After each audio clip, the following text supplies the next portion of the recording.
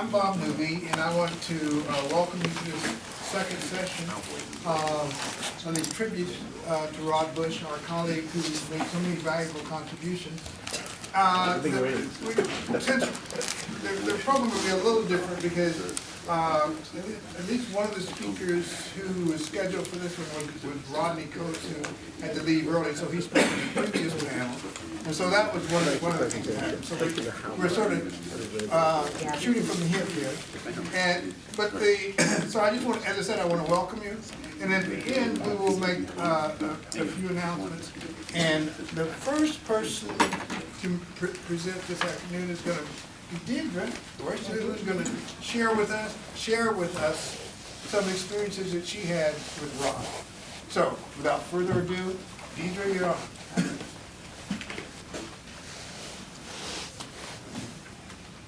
I feel really honored to be able to reflect on something wonderful that Rod did for me that I hope to kind of convey briefly.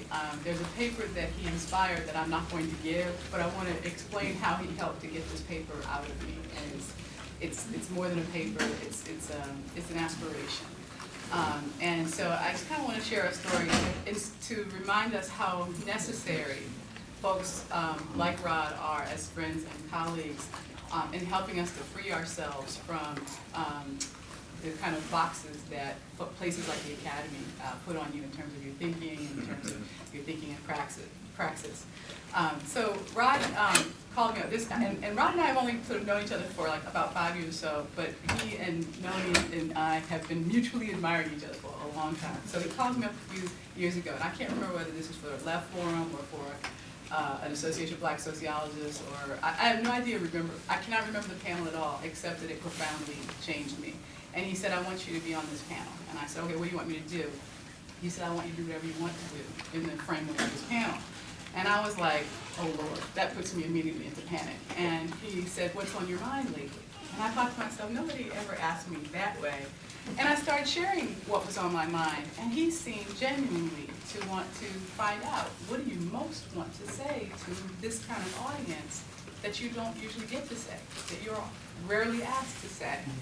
And so I began telling him how I was haunted by something that Toni Morrison had said at the Race Matters conference years ago, Ronner and Cornel West. And she had said that she wanted a race-specific, non-racist home. And when she said it, it immediately resonated for me. I thought to myself, I'm from the South. I grew up in a black neighborhood that the white members of that neighborhood had essentially fallen in love with all of the black families there, and we had become this seamless, race-specific but non-racist neighborhood. And I remember thinking to myself, wow, I missed that. I missed that home thing. And I told Rod about how much this was haunting me, and he said, well, how does it affect how you've been thinking about the situation of marginal black men in cities, which is the topic that has my heart, my soul, my mind, and my energies. And I told him I couldn't tell him how it affected what I thought about marginal black men. He said, why can't you tell me? I said, because you'll laugh at me. And he said, I would never laugh at you. And I said, I never tell anybody about this. And he said, well, then that's the thing you have to write about. And I thought to myself, can I just get out of this panel now?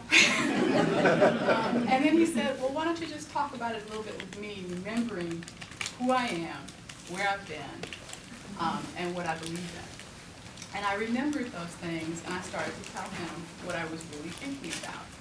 And I started talking about, the version of black Marxism that he and I, were sharing of, this critique of capitalism and this embrace of culture, of oppositional culture, and of empowering and enlivening culture.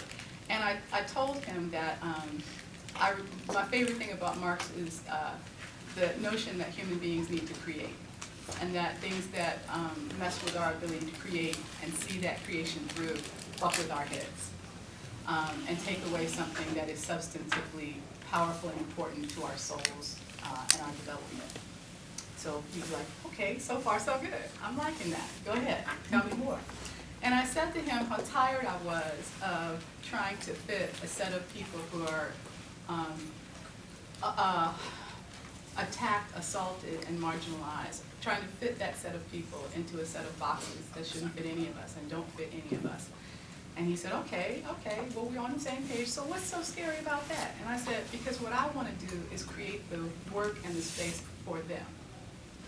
I don't want it to be about, you know, finding the worker for the space. I want to find the work for the workers. I want to sort of imagine a plan, imagine a workers' cooperative, imagine the space that these guys would really enjoy working in and what it would look like and so forth.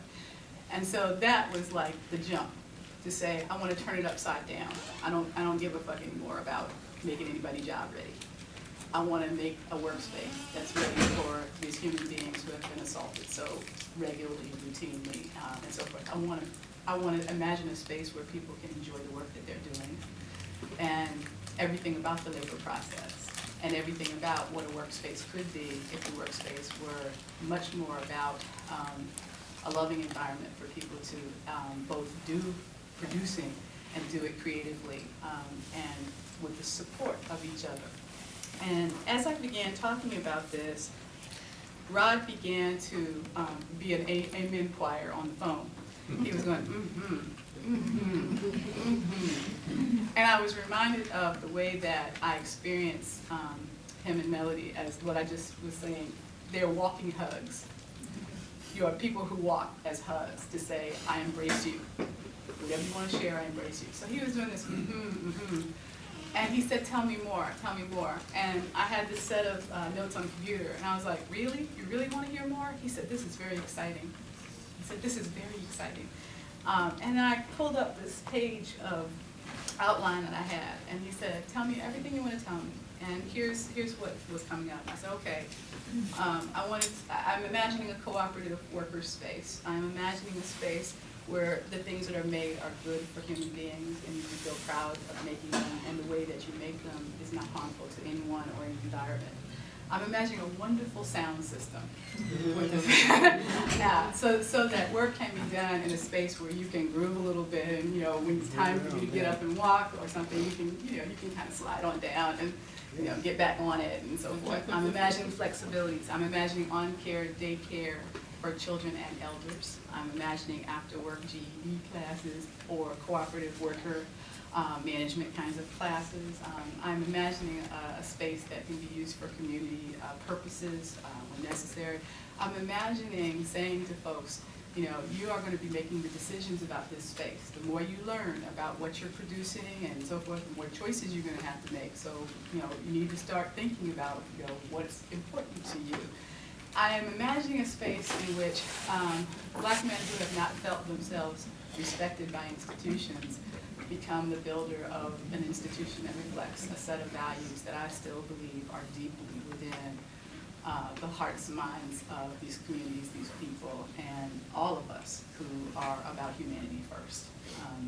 And so as I shared this with Rod, he said, whatever it was in our academy that made you ashamed of this, fearful of sharing this, unable to articulate this to any other person.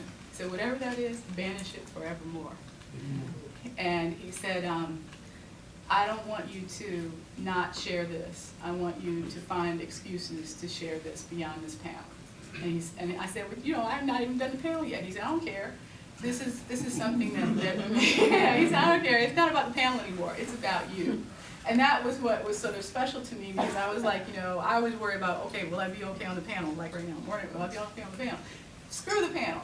This is your life's work. This is something that matters to you. So the end up is that because of Rod, I'm now never afraid to start talking about this. And one of the results of doing so is that I've been fortunate to be a part of a consortium, a network of scholars who work on Black boys, men, and healthy masculinity.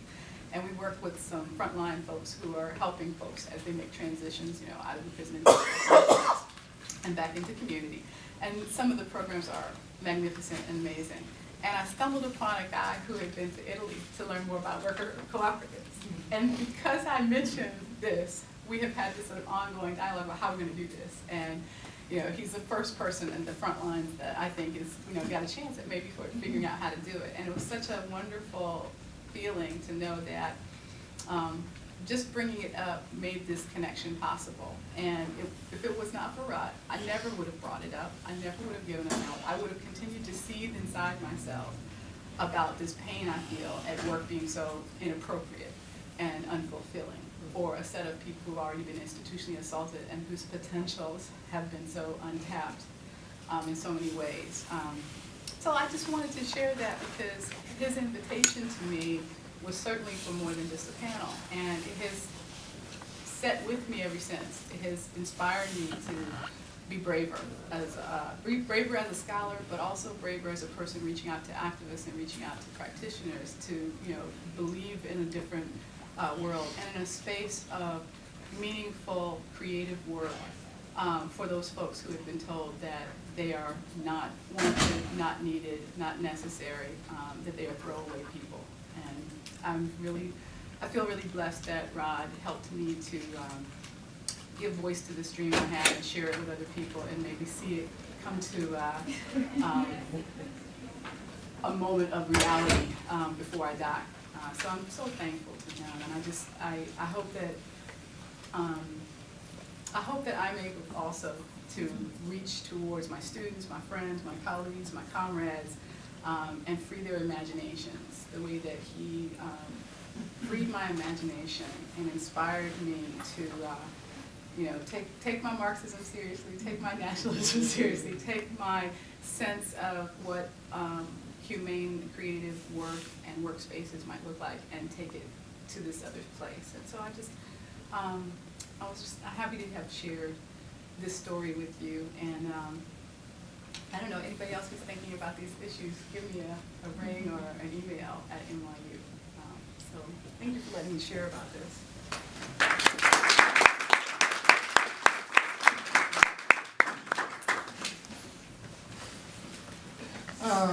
First, I want to thank Deidre, obviously, for sharing her experiences with Rod. Next is, I would like to introduce Bob Barber, who is a retired community college instructor, an activist and journalist who worked politically with Rod in the San Francisco Bay Area in the 1980s. He currently lives in Oakland, California, and is completing a review of Rod's book, The End of White World Supremacy. And so I'll just let Bob share his thoughts and his reflections at this time. Okay, thank you. Okay, hi everybody. Let me say first that I was a classroom teacher for a long time. I taught in the community college level, not in the university. I've been an organizer, so I've been accustomed to being up in front of people quite a bit. But I don't like giving lectures. So if I had a chalkboard up here and I could be writing on the chalkboard and leading you through a discussion, that would be much better. But because I'm not, I'm going to rely on some notes here. So Bob was kind enough to mention that I, and actually a number of people here in the room, worked with Rod here in San Francisco in the early 1980s. And my remarks are going to be from that point of view. Also, I'd like to just invite everyone here. After this panel, we're going to have a light lunch reception right in the back, and you're all welcome to join us. We can meet each other from across the many worlds that Rod lived in, and we hope that you will. That'll be right afterwards. So, I've been asked to speak on the topic of the development of Rod's ideas, and actually this is a totally uphill task because Rod himself developed his ideas over several books, I don't know how many dozens of articles. He wasn't finished developing his ideas, and we're all the worse for the fact that we won't have his ideas continuing to develop. People have been speaking here all day about the development of Rod's ideas, and so I can only hope maybe to add a little bit to that, or maybe give some historical perspective. It was mentioned that I am in the unique position of being able to work on a review of Rod's book, The End of White World Supremacy. When this opportunity came my way, it took me several months to get my mind around the book. I had to teach it to myself. I didn't have the benefit of having Rod right there or on the other end of the phone or the email to help me understand it. So I've had a great deal of help from Melanie and others, and for that I'm really appreciative, because I had to study the book in order to really grasp what he was getting at. Since I'm supposed to talk about the development of his ideas, that would imply that I start somewhere in the back and get to the present. And so I'm gonna make an attempt to do that, but let me just say that, as I think many of you know, in this book he elaborates in great depth and with great force the idea that the modern capitalist world system is built on racism, that the principal fault line of the modern capitalist world system is race and racism. And this is an idea that was not his to begin with, but he elaborates it with a great deal of power, starting with the famous observation by W.E.B. Du Bois that the color line would be the principal problem of the 20th century, and we could say the 21st century.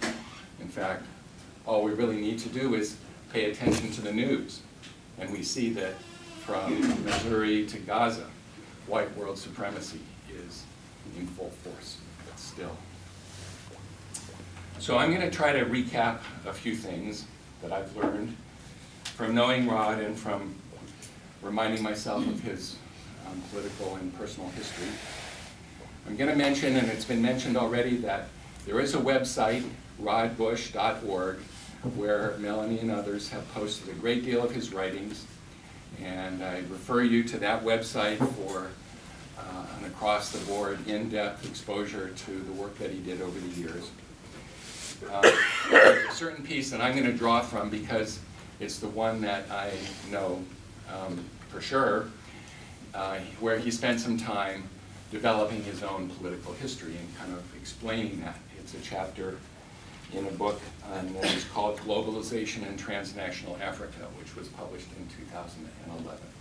And Rod's chapter in that book, and I can share specific references with anybody who wants, but his chapter in that book, he takes the opportunity to explain how he grew up and how his politics emerged.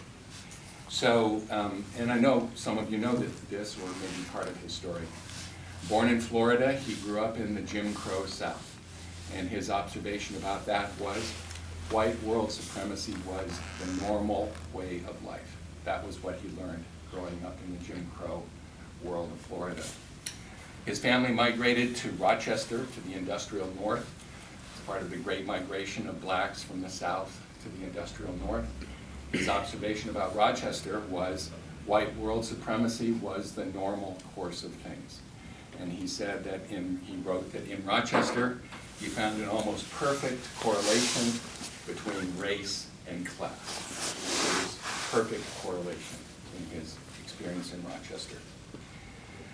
Now, Rod was a star student in high school. That probably wouldn't surprise any of us.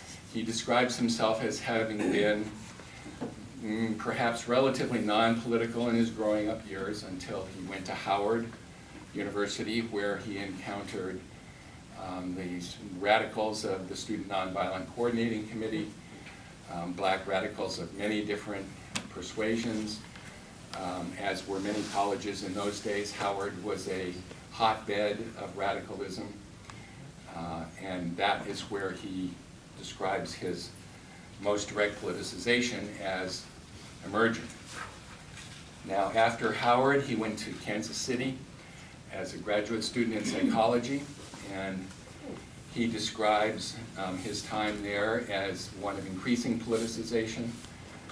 It was what he refers to as the post-SNCC Black Liberation Movement. There were multiple organizations with which he related where black radicals were trying to figure out what was going on in the world, what was their role in the world.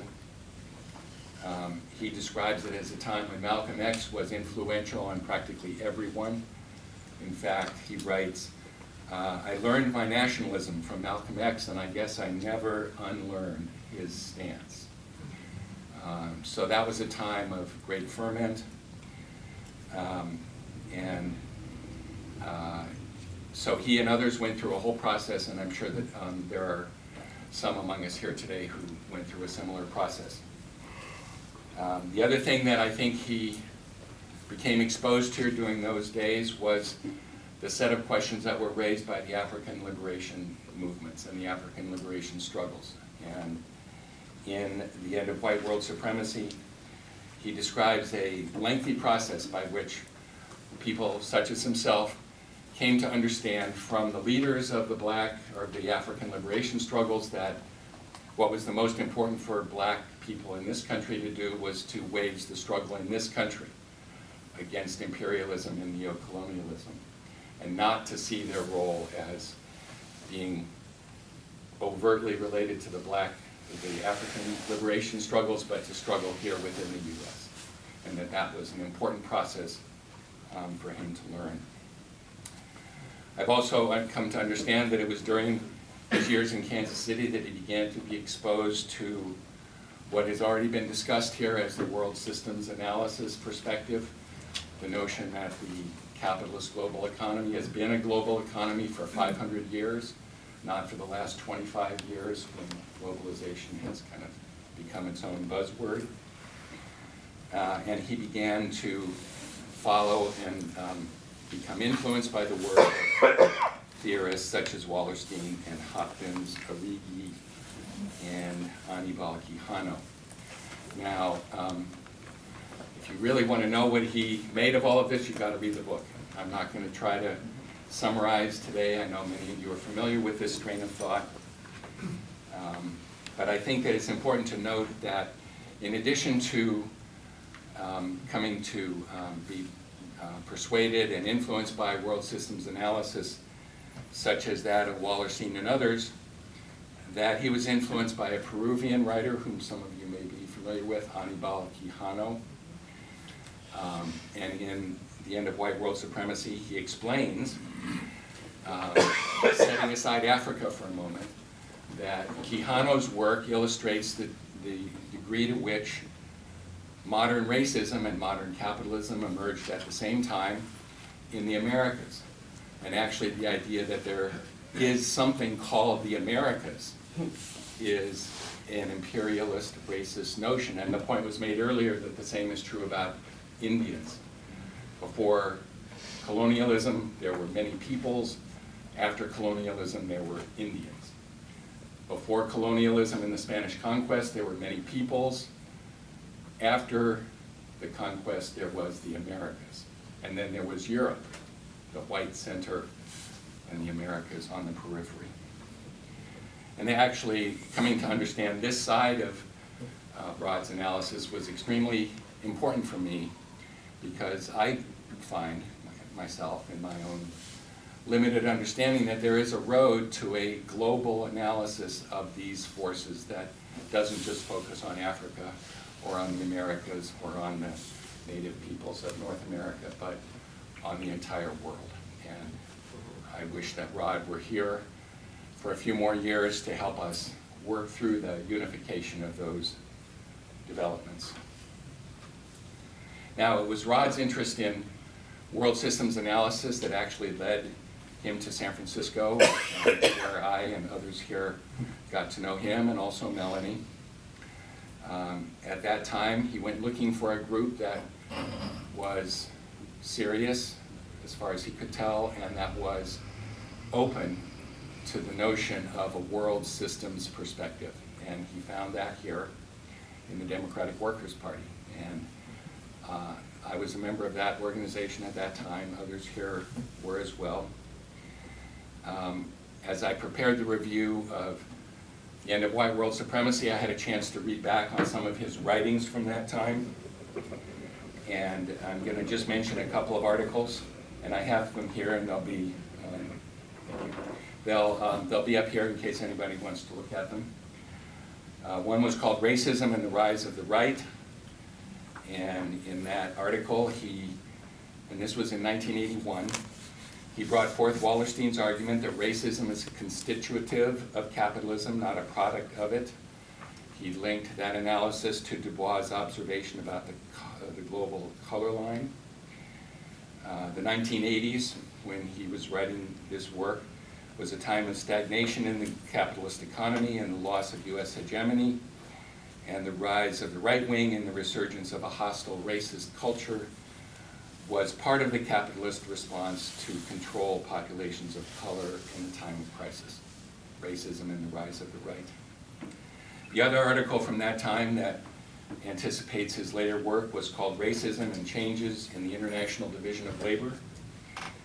In that article, he identifies the heavy impact on black workers of deindustrialization and the rise of the low-wage service sector in the context of the demand for black labor. And black labor in the form of slavery in the U.S. South and Latin America was central to the rise of the capitalist world system. In the age of Reagan, he wrote, there was an effort to construct a low-wage workforce in the United States that reflected the semi-peripheralization of certain sectors of the U.S. workforce and the importation of the periphery and the semi-periphery into the core countries. In the early 1980s in the DWP publications, he emphasized Malcolm X in his writings and that the black struggle in the U.S. was part of a larger world struggle for black and other people's liberation. But it wasn't just at the theoretical level that Rod wrote and thought and acted at that time.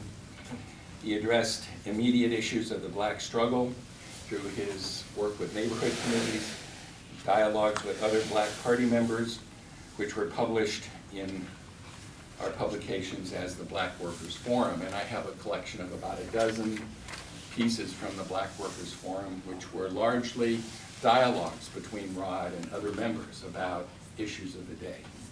And these will be here for people to examine if you wish. Okay. Now, the ideas that got Rod here to San Francisco were largely theoretical as well as practical. He was looking for an effective organization. He hasn't written much that I'm aware of about that entire period of time, except to observe that for many organizations at that time, a very top-down, controlling structural mode impeded the ability of people like himself to really act upon his politics. He did find a positive side, though, in the demise of the organization at that time, which I think is worth mentioning. One was that for reasons independent of any particular organization, the notion that the capitalist system could be analyzed solely on the basis of class structure began to be pushed aside. And the centrality of issues of race and gender came to the fore along with class. And the fact that a more nuanced view emerged after those years was positive. Secondly, he agreed with Gerald Horne's observation that the end of the communist world allowed the contradiction of race to become much clearer in the absence of controversies surrounding the world communist movement. So what I find the most inspiring about his work in End of White World Supremacy, first of all, the emphasis on the longer and longer time frame, 500 years of history. The big picture has to be taken into account in order to understand the moment that we're in and devise agendas for action. He articulated the experience of blacks in the US not as one of a minority within one country, but as part of a global majority. He wove together race, class, and gender issues, leading to his firm conclusion that the locus of real change in the world would be among working class women of color. Okay, now to wrap up, I'm going to share just a few aspects of what I find most inspiring about his work altogether. First of all, Rod was able to use dialogue as a mechanism of teaching and learning. And we saw this in his writings. People have spoken to that in his classroom activities, his teaching, dialogue between himself and intellectual giants, as well as people in the neighborhood.